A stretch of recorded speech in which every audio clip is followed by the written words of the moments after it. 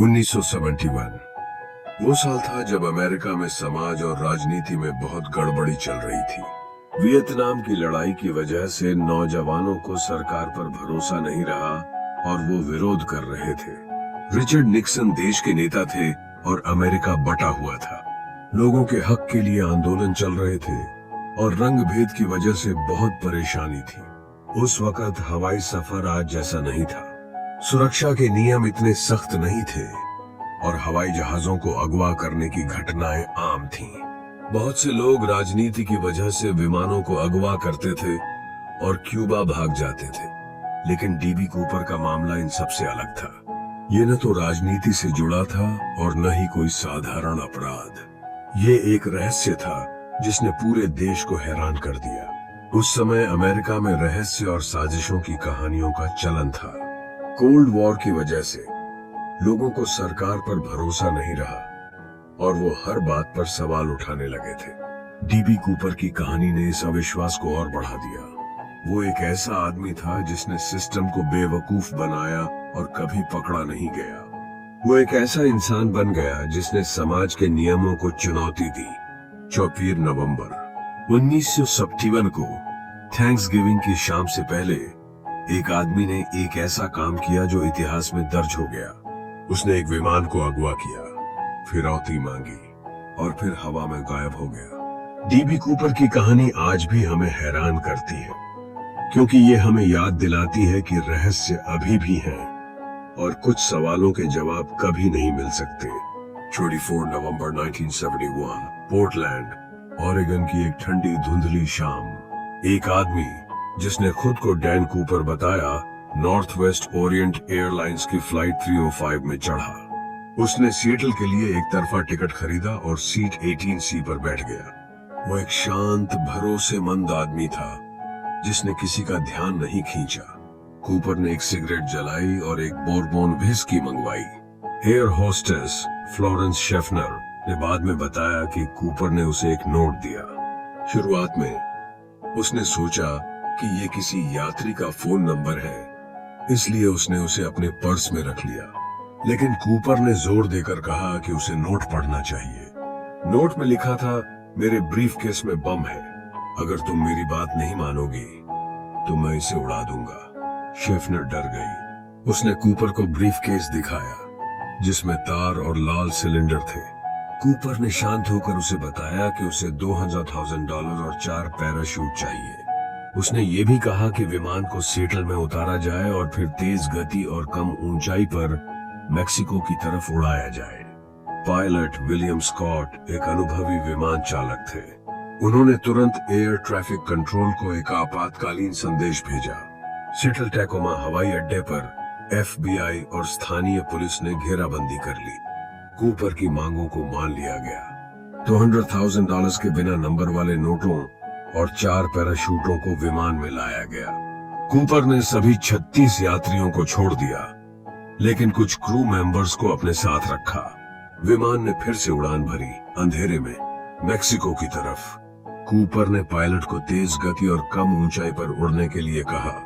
वो प्लेन के पिछले दरवाजे को खोलने लगा। क्रू मेंबर्स डरे हुए थे। उन्होंने कूपर को रोकने की कोशिश की, लेकिन वो नहीं माना। रात लगभग 8 बजे जब विमान वॉशिंगटन राज्य के ऊपर उड़ रहा था, कूपर ने पैराशूट पहना, पैसे लिए और विमान से कूद गया। रडार के अनुसार वो लगभग 10,000 फीट की ऊंचाई पर था और उस समय मौसम बहुत खराब था। वो एक तूफानी रात थी और नीचे घने जंगल थे। प्लेन के पिछले दरवाजे से कूदना एक खतरनाक काम था और विशेषज्ञों का मानना है कि कूपर को पैराशूटिंग का अच्छा अनुभव रहा होगा। उस समय विमान में लगे रडार और अन्य उपकरण आज की तरह अच्छे नहीं थे और कूपर के कूदने का सही समय और स्थान पता लगाना मुश्किल था। कूपर के कूदने के बाद विमान के क्रू ने FBI को बताया। उस समय FBI को यह पता नहीं था कि कूपर किस दिशा में कूदा था और उन्हें यह भी नहीं पता था कि वो जिंदा है या मर गया। कूपर का कूदना एक रहस्य बन गया और ये आज भी अनसुलझा है। डीबी कूपर के विमान से कूदने के तुरंत बाद FBI ने एक बड़ी जांच शुरू की जिसे नॉरपैक के नाम से जाना जाता है। ये अमेरिकी इतिहास में सबसे बड़ी और महंगी जांचों में से एक थी। सैकड़ों FBI एजेंटों, स्थानीय पुलिस वालों और आम लोगों ने वॉशिंगटन राज्य के घने जंगलों, नदियों और पहाड़ों की तलाशी ली। FBI ने कूपर के कूदने का संभावित क्षेत्र पता लगाने के लिए विमान के उड़ान पथ, मौसम की स्थिति और रडार डेटा का विश्लेषण किया। उन्होंने विशेषज्ञों से भी सलाह ली, जिसमें पैराशूटिंग विशेषज्ञ, मौसम का ज्ञान रखने वाले और उत्तरजीविता विशेषज्ञ शामिल थे। FBI ने विमान के क्रू, यात्रियों और हवाई अड्डे के कर्मचारियों से भी पूछताछ की। उन्होंने कूपर के बारे में हर छोटी से छोटी जानकारी इकट्ठा करने की कोशिश की, जैसे कि उसकी शारीरिक बनावट, कपड़े और व्यवहार।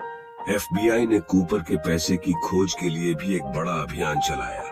उन्होंने उन सभी सीरियल नंबरों को रिकॉर्ड किया जो कूपर को दिए गए थे और उन्हें बैंकों, खुदरा विक्रेताओं और अन्य वित्तीय संस्थानों को भेजा। उन्होंने आम लोगों से भी अपील की, उनसे किसी भी संदिग्ध गतिविधि की रिपोर्ट करने के लिए कहा, लेकिन कूपर के पैसे का कोई निशान नहीं मिला। 1980 में एक 8 साल के लड़के को कोलंबिया नदी के किनारे कुछ जले हुए $20 के नोट मिले। इन नोटों की पुष्टि कूपर को दिए गए फिरौती के पैसे से हुई। ये खोज FBI के लिए एक महत्वपूर्ण सुराग थी, लेकिन इससे कूपर के बारे में कोई नई जानकारी नहीं मिली। FBI ने नोटों की जांच की, लेकिन उन्हें कोई उपयोगी सुराग नहीं मिला। FBI ने दशकों तक कूपर के मामले की जांच जारी रखी। उन्होंने हजारों संदिग्धों से बात की, सैकड़ों सुरागों की जांच की और कई विचारों का विश्लेषण किया, लेकिन कूपर का मामला अनसुलझा रहा।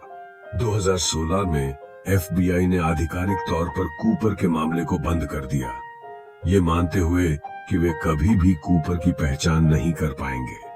DB कूपर के गायब होने के बाद कई विचार सामने आए, जो ये समझाने की कोशिश करते थे कि उसके साथ क्या हुआ।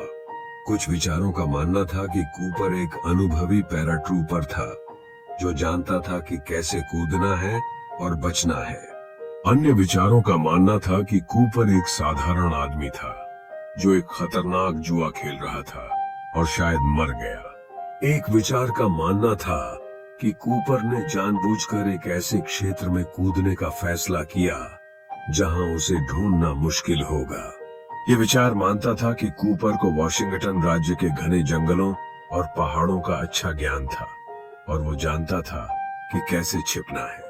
एक अन्य विचार का मानना था कि कूपर ने कूदने के दौरान गलती की और वो मर गया।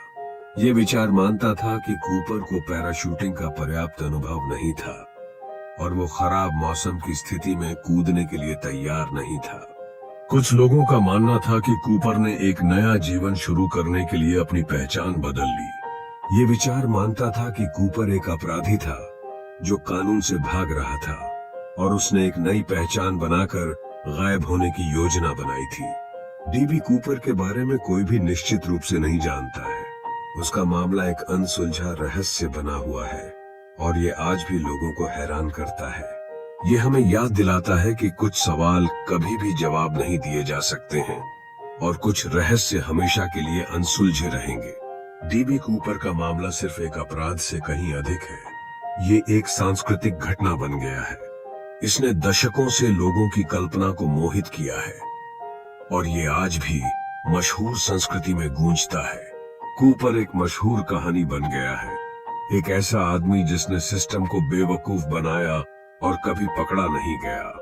वो एक ऐसा इंसान बन गया जिसने समाज के नियमों को चुनौती दी। DB कूपर की कहानी ने कई लेखकों, फिल्म निर्माताओं और संगीतकारों को प्रेरित किया है।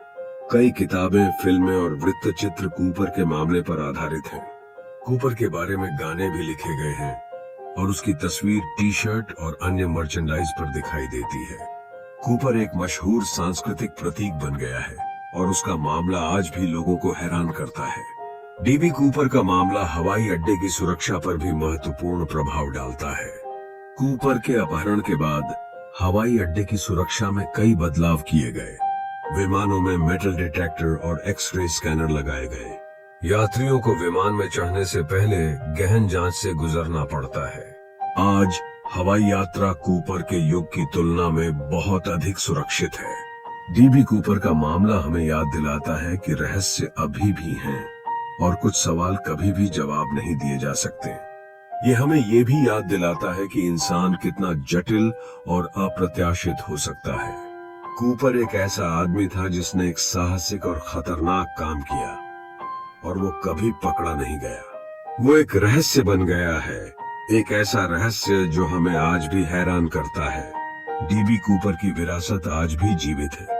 वो एक मशहूर कहानी है, एक ऐसा आदमी जिसने सिस्टम को बेवकूफ बनाया और कभी पकड़ा नहीं गया। उसका मामला हमें याद दिलाता है कि कुछ रहस्य हमेशा के लिए अनसुलझे रहेंगे और कुछ सवालों के जवाब कभी नहीं मिल सकते।